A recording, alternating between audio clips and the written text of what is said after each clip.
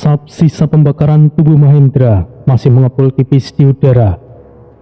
Bau daging hangus bercampur tanah yang terbakar membuat udara terasa berat. Bima, Paman Dravanta, dan Yesa berdiri kaku. Tatapan mereka tidak lepas dari Tori. Wajah mereka menunjukkan campuran ketakutan dan keterkejutan setelah menyaksikan eksekusi brutal itu. Tidak ada satupun dari mereka yang berani bicara lebih dulu. Tori akhirnya memecah keheningan. Suaranya tenang namun tegas. Aku telah mengingat semuanya. Aku adalah Tobiwara, anak dari Pitawara, pemimpin Raksadipa. Aku ucapkan terima kasih Bima dan Paman Dravanta yang telah menyelamatkanku. Atas kejadian di desa Kalingga, pelaku tidak akan pernah aku maafkan. Jadi, aku akan memutuskan untuk kembali ke Raksadipa. Mungkin dengan otoritasku sebagai pemimpin muda, aku bisa tahu siapa dalang dari balik semua ini. Tori, maksudku, Tuan Tobiwara, apakah Anda serius ingin kembali? Maksudku... Bicaralah seperti biasa, Yesa. Dan kau juga, Bima, Paman Dravanta.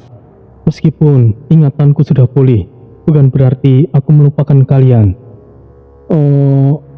Tori, apakah kau benar-benar ingin kembali ke Raksadipa? Aku dengar tempat itu. Tidak sepenuhnya aku mengingat semuanya, Bima. Oleh sebab itu, aku akan kembali. Sungguh sesuatu yang sangat mengejutkan bahwa kau ternyata adalah pewaris Raksadipa. Selain itu, teknik Sura Agni yang kau tunjukkan tadi hanya keturunan yang sah yang bisa menguasainya. Aku tidak tahu banyak, tapi aku tahu jelas informasi ini, yang mana sudah diketahui banyak orang.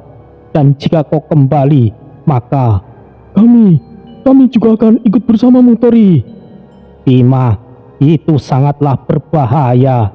Tapi Paman, lagi pula kemana kita akan pergi? Kita tidak punya tujuan lain. Bima, kau dan Paman bisa melanjutkan perjalanan untuk berdagang. Akan sangat berbahaya jika kalian ikut bersamaku.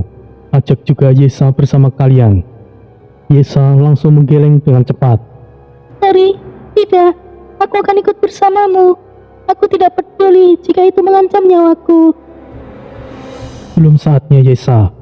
Aku masih belum tahu situasi Raksadipa. Kalian adalah orang-orang terdekatku yang tersisa. Aku mohon, untuk saat ini, aku akan pergi sendiri.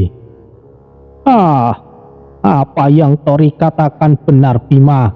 Yesa, kita akan pergi ke kota sebagai pedagang. Kita masih bisa hidup dengan itu. Tori, Tuan muda Tobiwara, semoga Anda beruntung. Dravanta memberikan hormat dengan tangan kanan mengepal di dada. Bima menunduk, wajahnya menunjukkan rasa enggan, namun ia tahu ia tidak bisa memaksa. Semoga kau beruntung. Aku menunggu kabar baikmu. Suatu saat kami akan datang ke Raksadipa setelah kami sukses menjadi pedagang besar. Yesa melangkah maju tanpa ragu, memeluk Tori erat-erat, kemudian mencium pipinya. Hati-hatilah, pastikan kau selamat, Tori. Sekali lagi, aku ucapkan terima kasih atas segalanya. Tori kemudian memutar tubuhnya, melangkah menjauh, kakinya meninggalkan jejak di tanah yang retak. Di belakangnya, 3 orang itu hanya berdiri memandang, tidak ada kata yang keluar lagi. Udara masih terasa panas, langkah Tori tidak terhenti. Ia tahu misi besarnya menanti, Raksadipa. Tempat itu akan menguji apakah dirinya akan diakui sebagai putra mahkota atau justru menghadapi ancaman yang lebih besar daripada yang pernah ia hadapi sebelumnya.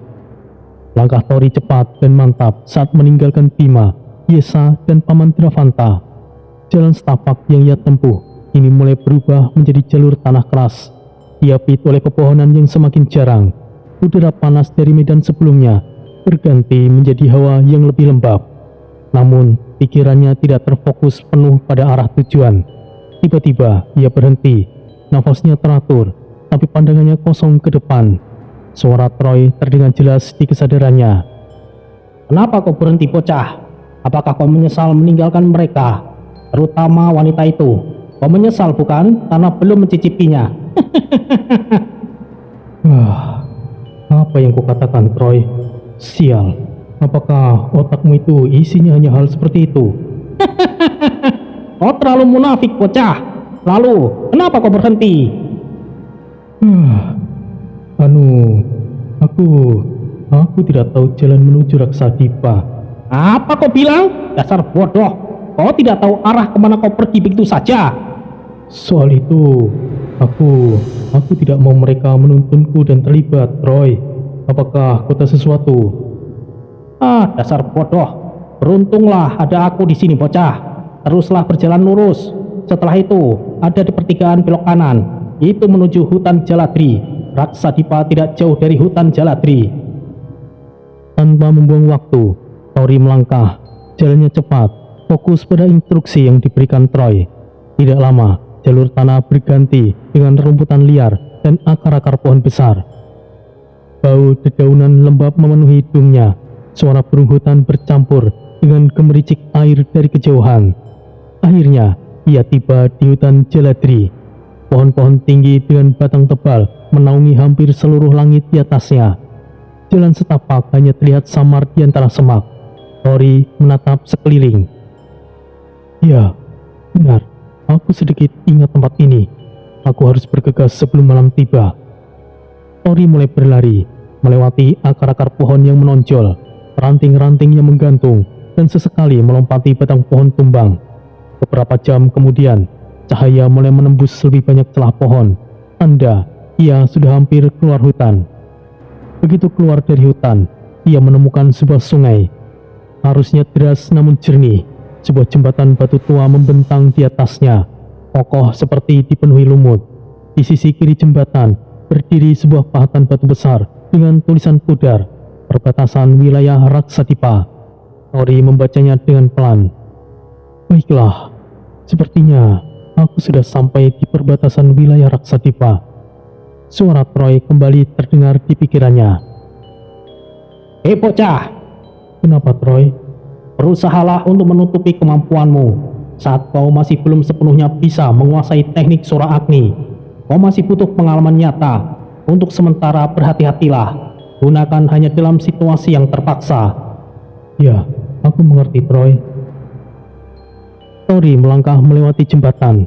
Setelahnya, suasana mulai berubah menjadi area pedesaan. Rumah-rumah sederhana dengan atap jerami berdiri berjarak. Beberapa di antara terlihat baru, yang lain rapuh dimakan usia. Warga terlihat sibuk. Ada yang mengangkat karung beras, ada yang memotong kayu, ada juga anak-anak yang sedang berlari di jalanan. Namun, baru saja Tori melangkah beberapa meter dari jembatan, suara sepatu bot menghentak tanah dari beberapa arah. Dalam hitungan detik, 7 orang berpakaian prajurit mengepungnya. Mereka menggunakan baju sirah ringan berlapis kulit, dilengkapi tombak dan pedang pendek di pinggang mereka.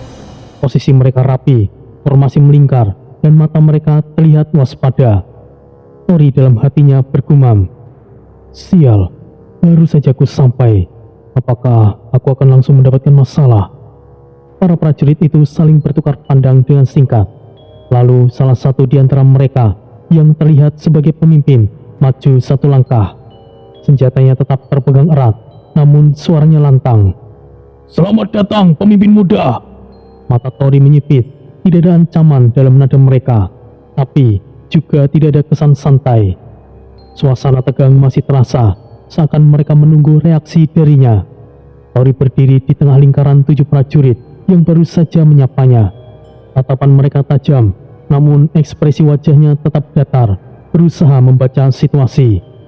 Salah satu prajurit pemimpin kelompok itu maju setengah meter. Selamat datang pemimpin muda. Kami diperintahkan untuk menjemput Anda. Katanya tegas sambil memberikan hormat formal ala militer Raksadipa. Tori mengangkat satu alis. Menjemput? Dari siapa perintah itu datang? Dan bagaimana kalian tahu aku kembali? Dari pihak istana. Tentu saja pemimpin muda. Kami adalah tim pengawas. Kami sudah tahu Anda kembali saat tiba di perbatasan pemimpin muda.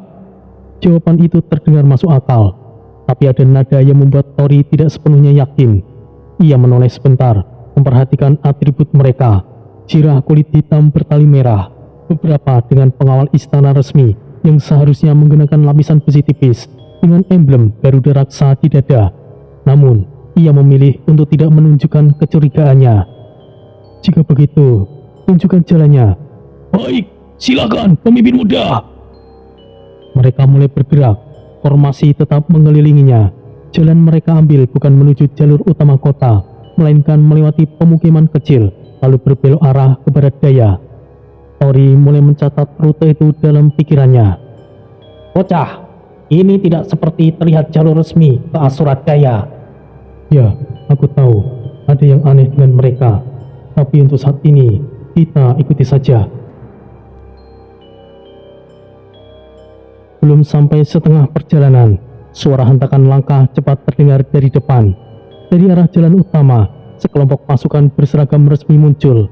Mereka menggunakan baju zirah ringan berlapis besi, bercorak biru tua dengan emblem Garuda Raksa berwarna emas. Senjata mereka adalah tombak dan perisai. Prajurit di depan kelompok itu langsung berteriak dengan lantang. Hentikan langkah kalian! Siapa yang memberi izin membawa pemimpin muda Tobiwara tanpa pengawalan resmi? Kelompok yang bersama Tori langsung berhenti. Kami dari tim pengamanan perbatasan. Perintah langsung dari Tetua Raksadipa. Perintah siapa? Istana tidak pernah mengeluarkan perintah itu.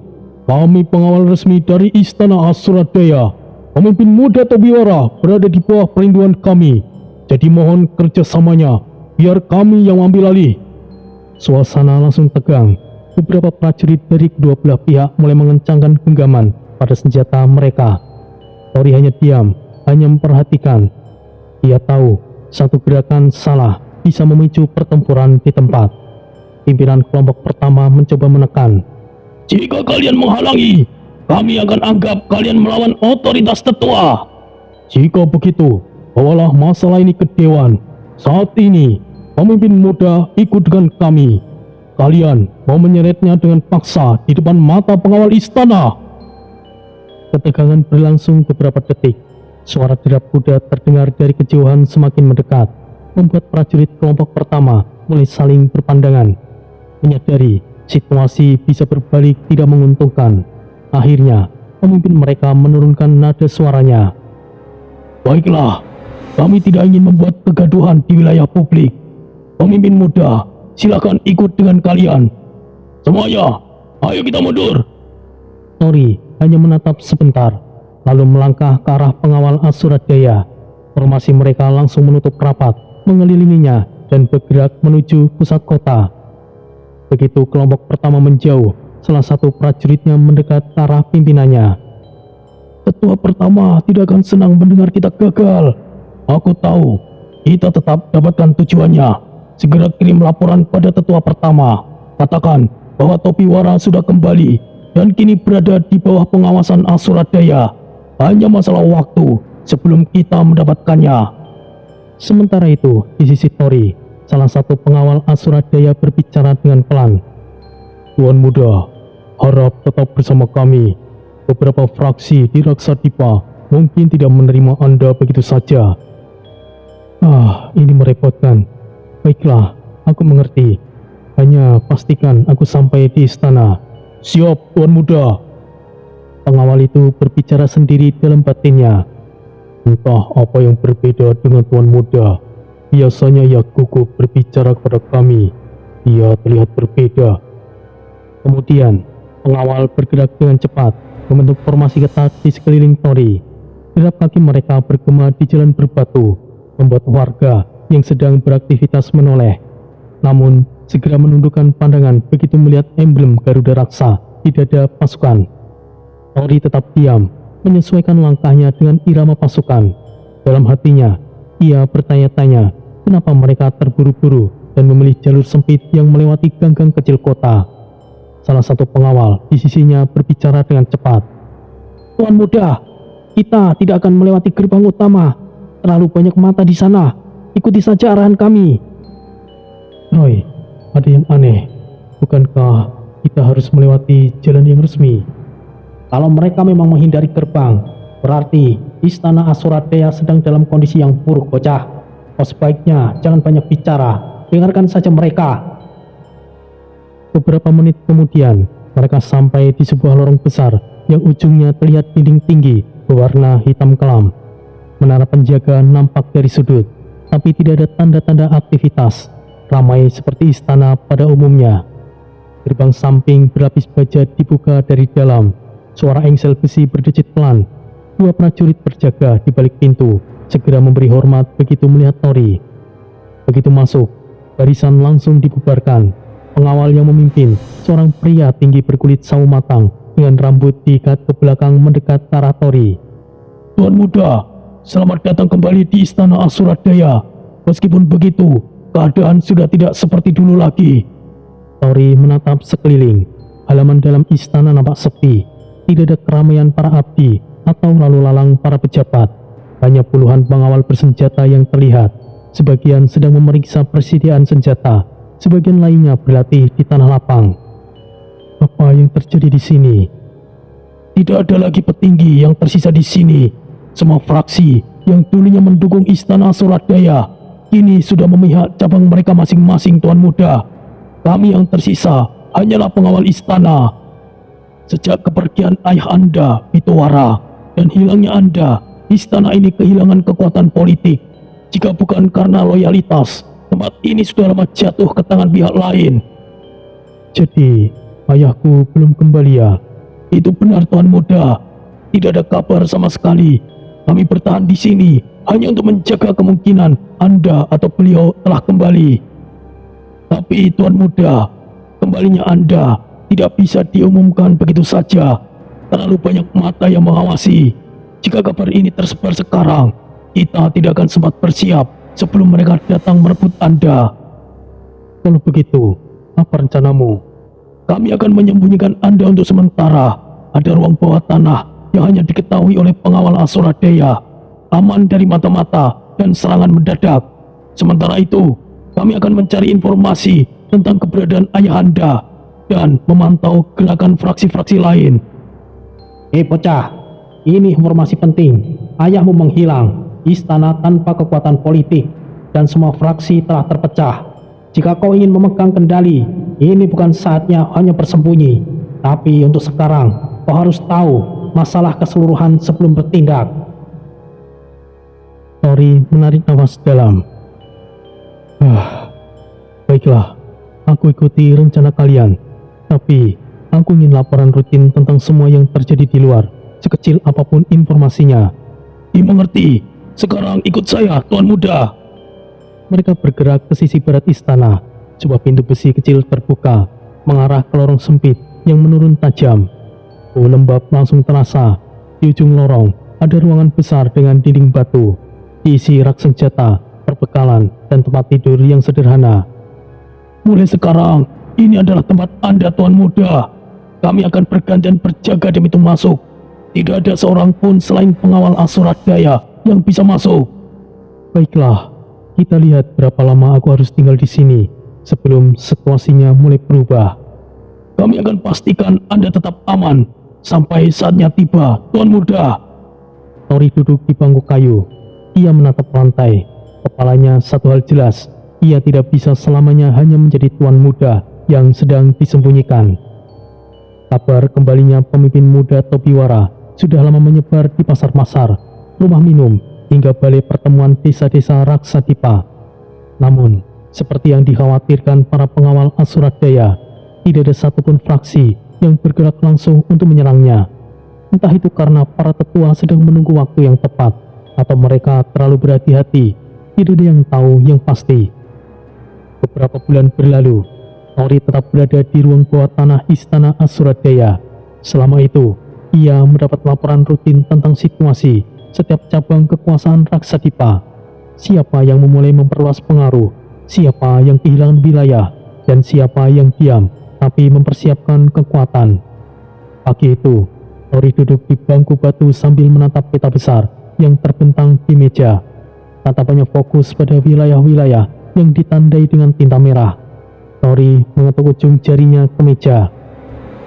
"Pengawal, kemarilah." Suara langkah cepat terdengar menuruni lorong. Seorang pengawal Asuradaya masuk dan memberi hormat. Siap, saya Tuan Muda.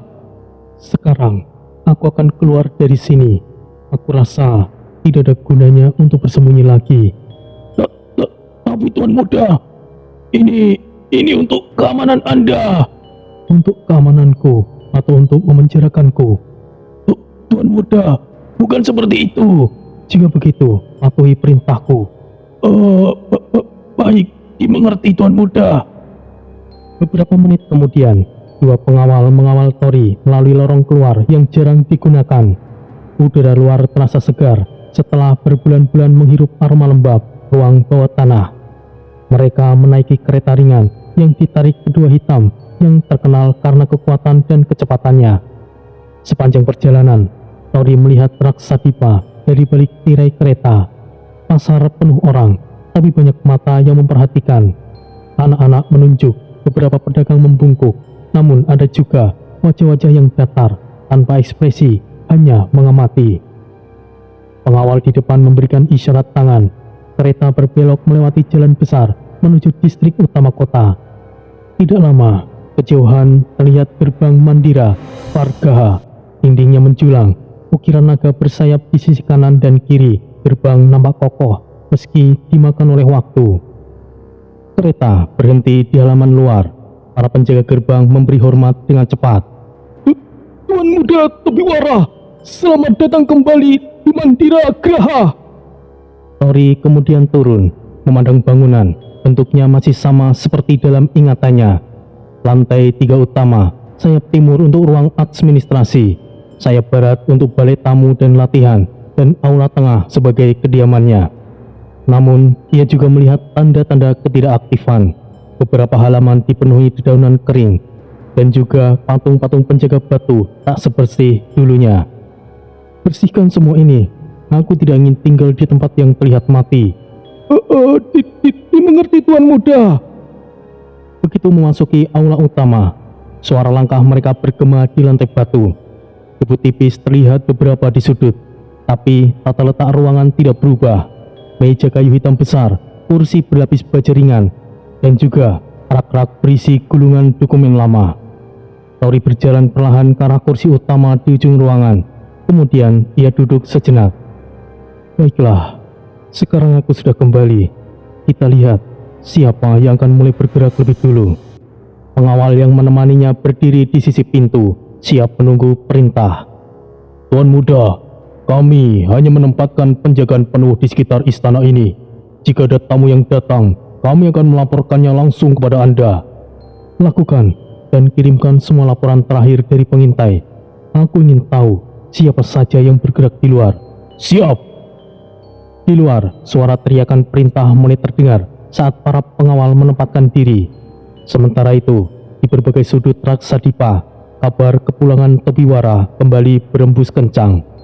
Namun, kali ini Tori tahu, semua mata sedang menunggu langkah pertamanya.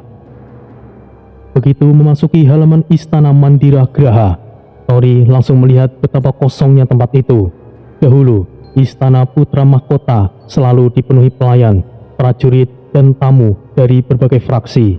Namun sekarang, hanya ada 2 penjaga gerbang yang tadi menyambutnya. Dan ternyata, merekalah yang sedang membersihkan dedaunan kering di halaman. Tori berjalan pelan menelusuri koridor utama. Sepi, tidak ada suara langkah lain, tidak ada percakapan, hanya bunyi dari lantai batu yang diinjak. Udara di dalam terasa agak pengap. Ia berbelok ke arah dapur. Aroma masakan sederhana tercium samar. Saat membuka pintu, ia melihat seorang pria seusianya sedang membalik potongan daging di atas wajan besi. Hei, apa yang kau lakukan? Tuan Muda. Kau kembali, Tuan Muda. Pria itu hampir menjatuhkan sendok kayu di tangannya. Lalu tanpa ragu, ia tertawa dengan lebar. Sebelum Tori sempat bereaksi, pria itu langsung melangkah cepat dan memeluknya dengan erat, seperti teman lama yang baru bertemu kembali. Namanya Satyendra, pelayan sekaligus teman satu-satunya yang selalu setia pada Tobiwara. Dalam ingatan lama Tobiwara, Satyendra sering menemaninya berkeliling pasar atau bahkan mengantar makanan ke ruangannya saat ia malas keluar. Tori menghela nafas sebentar. Ia sama sekali tidak keberatan.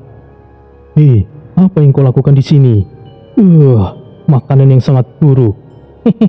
Tuan Muda selalu mengatakan itu, tapi semenjak Tuan Muda pergi, ya aku tidak bisa makan di luar. Kebetulan sekali. Aku sangat lapar. Antarkan aku ke restoran yang terkenal. Wah, kebetulan sekali ini. Inilah yang kusuka dari Tuan Muda. Baiklah, ayo kita pergi ke Raswati. Di sana daging panggangnya enak sekali, Tuan Muda. Tidak perlu banyak bicara. Ayo segera pergi. Mereka berdua melangkah keluar dari istana. Satu pengawal yang sebelumnya mendampingi Tori ikut berjalan di belakang. Tuan Muda, Anda terlihat berbeda. Biasanya Anda hanya akan pergi ke kedai pinggir jalan. Apakah menurutmu aku berbeda? Tidak Tuan Muda. Sepanjang perjalanan menuju distrik kuliner, orang-orang memperhatikan mereka. Bisik-bisik terdengar jelas meskipun pelan. Beberapa menunjuk, beberapa hanya mengamati. Tuan Muda, tidak perlu dengarkan mereka. Ya, aku tahu. Aduh, aku lupa Tuan Muda. Hari ini adalah akhir pekan. Kita cari restoran lain saja. Hah? Memangnya kenapa? Tuan Muda, di akhir pekan, restoran itu pasti diisi oleh para ahli waris beberapa cabang. Memangnya kenapa? Mereka hanya para pewaris cabang, bukan? Ayo pergi, aku keburu lapar. Tunggu Tuan Muda. Satyendra menelan ludah. Dalam batinnya ia mengumpat. Aduh, sial. Apa Tuan Muda sudah lupa? Dia hanya akan jadi bahan olok-olok dan direndahkan. Sial. Bodoh amat lah.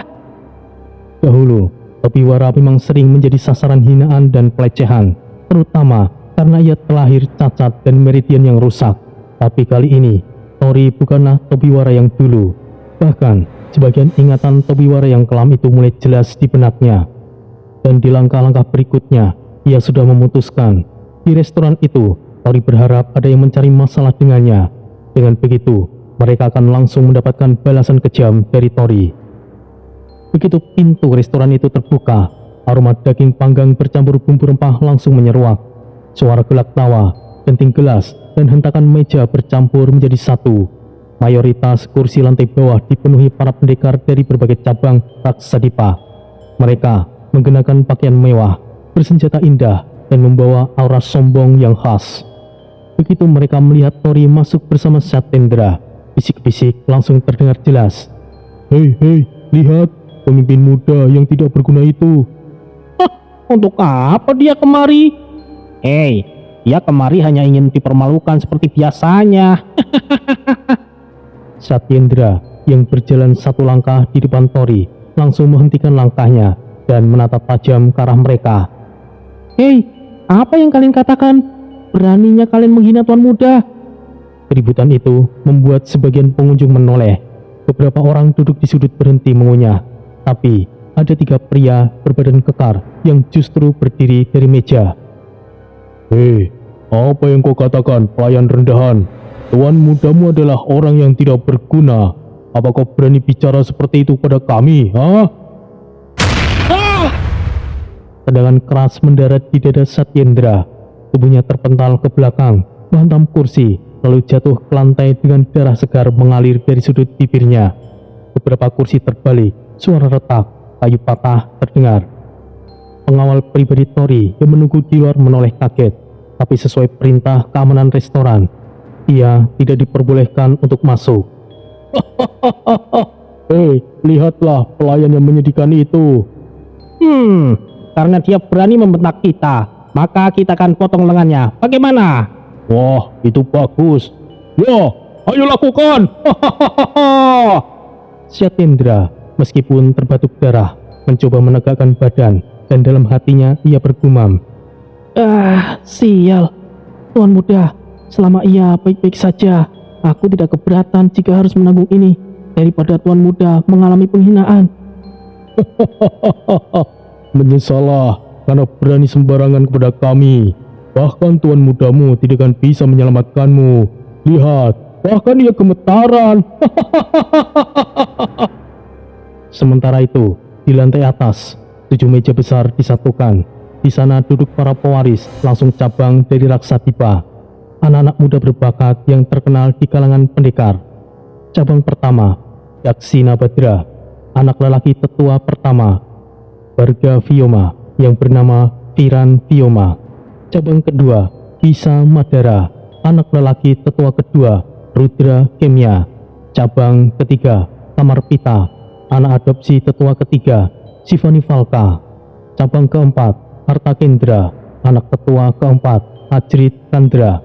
Cabang kelima, Petra Nata, anak tetua kelima, Devan Jala. Cabang keenam, anak tetua keenam, Manis Nirya. Cabang ketujuh, anak tetua ketujuh, Samir Daskara. Viran Vioma yang duduk di kursi paling depan menoleh ke arah bawah saat mendengar keributan. Ada ribut-ribut apa di bawah? Samir Daskara menyeringai sambil menengguk araknya. Biarkan saja. Palingan orang yang tidak berguna itu datang kemari. Aku dengar ia sudah pulang. Sivani Falka yang sendiri tadi menopang dahu dengan telapak tangannya ikut tersenyum sinis. Kalau benar begitu, kita akan mendapat hiburan gratis sore ini. Tapi dia terlihat berbeda.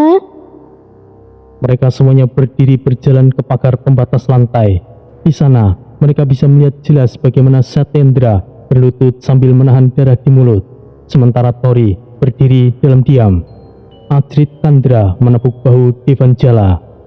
Hei, lihat itu. Bahkan, ia tidak bergerak sedikit pun. Sama seperti dulu. Ya, tapi entah kenapa, ada yang berbeda dengan caranya berdiri. Aku setuju dengan Sivani. Kenapa kau berpikir seperti itu, Manis? Kau terlalu banyak berpikir. Itu hanyalah pecundang yang kebetulan beruntung bisa kembali hidup. Rudra Kemya mengomentari Manis Nirya. Sementara di bawah, para pria yang memegang pisau melangkah mendekati Satyendra. Suara gesekan bilah logam dengan sarungnya terdengar tajam. Para penonton di bawah, termasuk para prajurit cabang yang duduk di meja-meja lain, mulai bersorak rendah. Beberapa bahkan berdiri untuk melihat lebih jelas. Tori masih belum mengeluarkan sepatah kata pun. Matanya hanya mengamati gerakan lawan, sementara tangannya perlahan mengepal. Udara di dalam restoran mulai tegang. Beberapa orang di lantai atas menunggu kelanjutan itu, seperti menonton pertarungan arena bawah tanah. Yang mereka tidak tahu adalah bahwa Tobiwara kini bukan Tobiwara yang mereka kenal. Hiruk-pikuk keramaian di restoran tiba-tiba mendadak hening. Suara bising dan tawa sebelumnya lenyap. Hanya tersisa suara nafas berat dan langkah kaki yang pelan mengitari meja. Tori berdiri diam di tempatnya, tatapannya datar, tubuhnya tegak, sama sekali tidak menunjukkan tanda akan bergerak. Meski di depannya, Satyendra sudah terbocok dan nyawanya terancam. Satyendra dengan darah masih menetes di bibirnya berteriak. Tuan muda, pergilah! Tori tidak bergeming, tidak sepatah kata pun keluar. Salah satu pendekar melangkah maju sambil menghunus pedang pendeknya. Potong tangan pelayan menjadikan itu. Ya, kasih dia pelajaran. Sekarang terimalah hukumanmu, pelayan rendahan.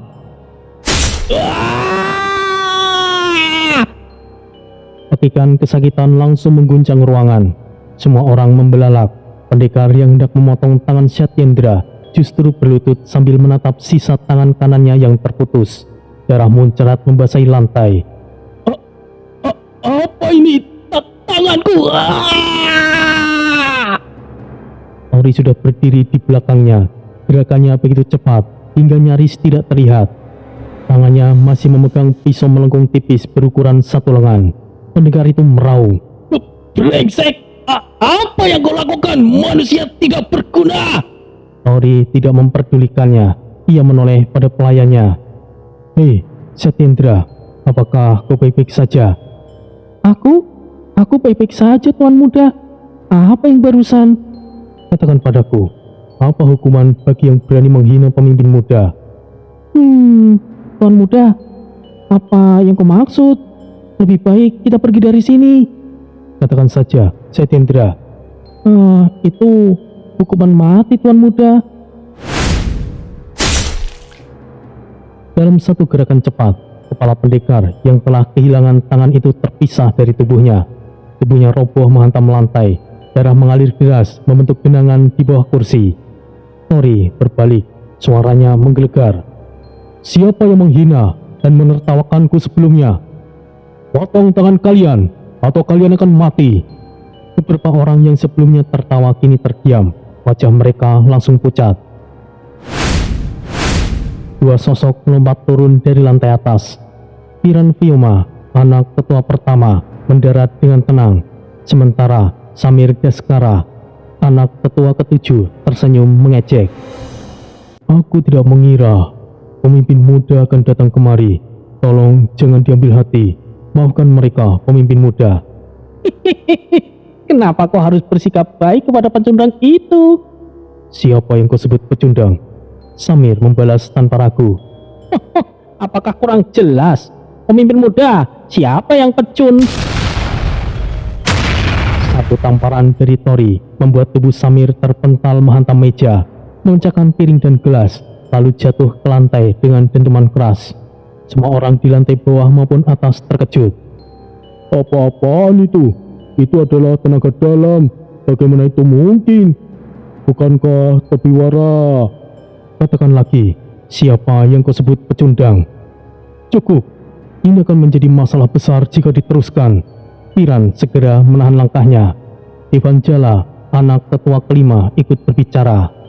Piran benar, kita tidak datang ke sini untuk mencari masalah besar. Sudahi saja ini.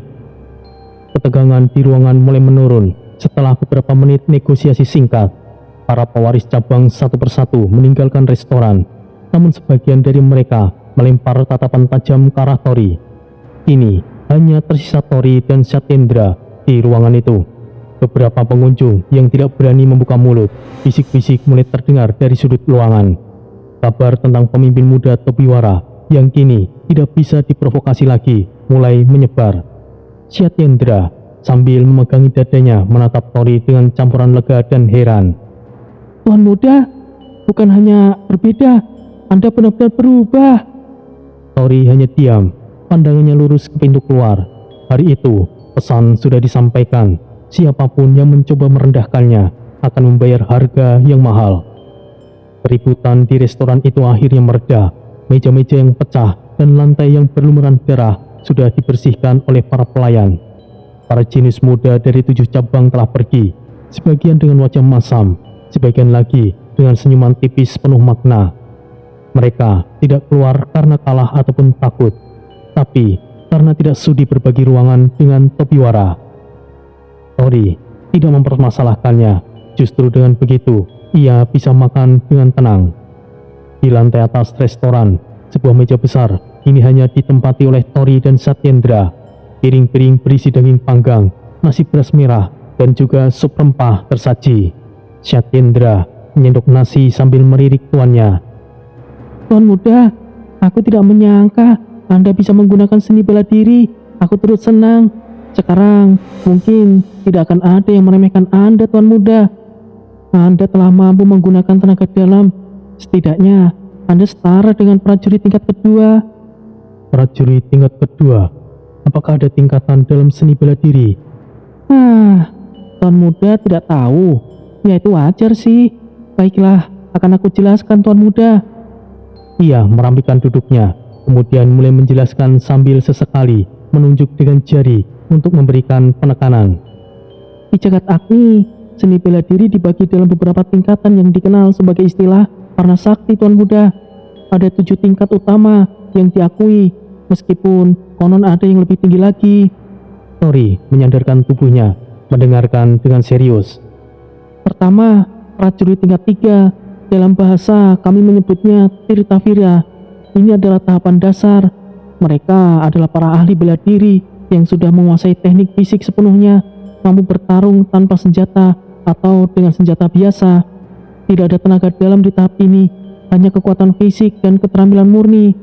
Lalu yang kedua, prajurit tingkat kedua. Di sini, petarung mulai menguasai pranabala atau disebut sebagai tenaga dalam. Tubuh mereka menjadi lebih kuat, serangannya lebih cepat, dan daya tahan meningkat. Mereka bisa menghancurkan batu atau logam tipis dengan satu serangan tangan kosong, Tuan muda. Yang ketiga adalah prajurit tingkat pertama. Mereka mampu memanifestasikan tenaga dalam menjadi tetes aura, semacam lapisan energi yang bisa digunakan untuk serangan jarak jauh, memperkuat senjata, atau membentuk perisai pertahanan. Pada tahap ini, kemampuan fisik dan mental sudah berada di atas rata-rata petarung biasa Tuan Muda. Lalu di atasnya atau yang keempat adalah prajurit elit. Para petarung di tingkat ini, serangan mereka bisa menembus pertahanan lawan yang setara bahkan lebih tinggi Tuan Muda. Mereka juga bisa memadukan teknik bela diri dengan unsur-unsur elemen seperti api, petir, atau yang lainnya. Dan yang kelima adalah prajurit master. Ini adalah para ahli sejati.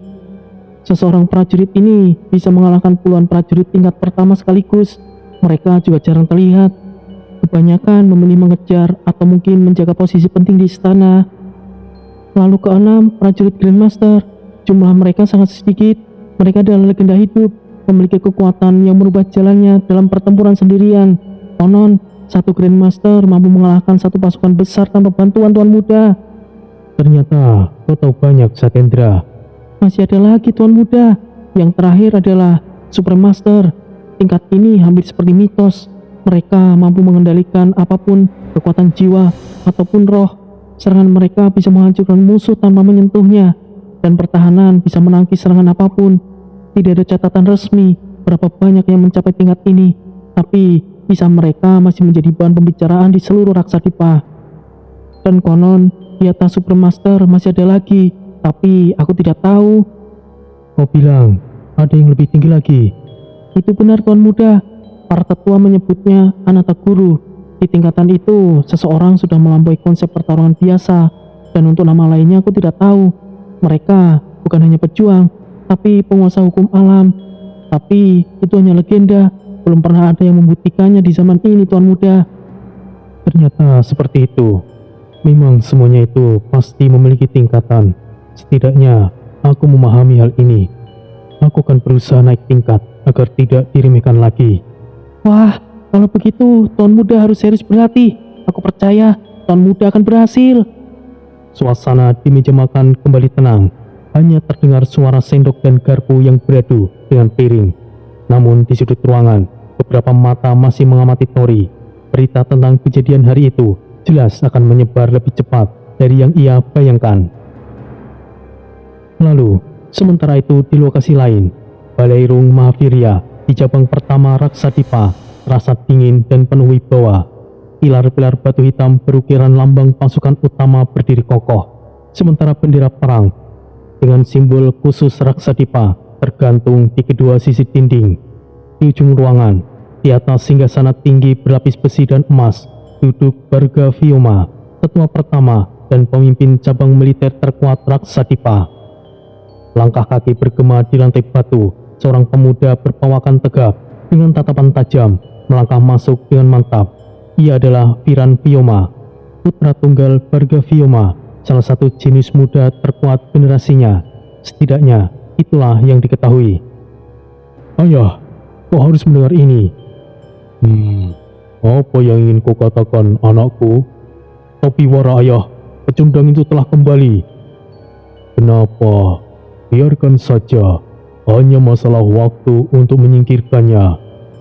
Ayah bilang, pecundang itu tidak memiliki seni bela diri. Tapi saat di restoran, pecundang itu bahkan mampu membunuh seorang pendekar tingkat 3. Pecundang itu bahkan menggunakan tenaga dalam ayah. Apa yang kau katakan itu benar, anakku. Untuk itulah aku kemari, ayah. Kenapa kau tidak membuatnya cacat di sana? Jika ia sudah mampu membentuk tenaga dalam, setidaknya ia telah mencapai tahap kedua. Kau seharusnya mampu membereskannya dengan mudah. Jika aku melakukan itu, aku hanya akan dianggap menindas. Nama baikku akan buruk. Lagi pula, jika aku hanya memberinya pelajaran, mungkin ia bisa kembali sembuh. Kita tidak tahu siapa yang mendukungnya di belakang, hingga pecundang itu bisa menyembuhkan meridiannya yang hancur, ayah. Barga mengetuk sandaran singgasana dengan jarinya dan berpikir. Lalu apa yang akan kau rencanakan, anakku? Ayah, bukankah Akademi Raksadipa akan dibuka tidak lama lagi? Aku yakin pecundang itu akan ikut sebagai peserta. Di akademi, status luar tidak berlaku. mau dia anak pemimpin kultus Raksadipa sekalipun, semua peserta setara, dan kecelakaan di akademi itu wajar-wajar saja. Di sanalah aku akan membunuh pecundang itu. Anakku memang cerdas. Baiklah, aku akan mendiskusikan ini dengan para tetua. Karena Topiwara sudah kembali, Akademi Raksadipa mungkin bisa dipercepat. Bagus, persiapkan saja dirimu, anakku. Baik, Ayah. Akademi Raksadipa adalah pusat pelatihan militer dan bela diri yang terbesar di jagat Agni. Dikelola langsung oleh Dewan Tetua. Bangunannya terdiri dari daratan tinggi, dikelilingi tebing curam dan jurang dalam. Untuk masuk ke akademi saja, para calon murid harus melewati berbagai ujian untuk bisa lolos. Programnya tidak hanya melatih seni bela diri, tapi juga strategi, perang, taktik pasukan, penguasa senjata, dan pengendalian tenaga dalam. Setiap peserta memulai dari tingkat pertama dan naik melalui tahap ujian ketat. Bagi kebanyakan prajurit, akademi adalah jalan menuju kejayaan. Namun bagi para pewaris cabang-cabang Raksadipa, akademi adalah arena politik terselubung. Di dalamnya, semua status luar dihapus, bahkan anak tetua sekalipun dianggap sama dengan anak seorang prajurit biasa. Tidak ada perlindungan, tidak ada kekebalan.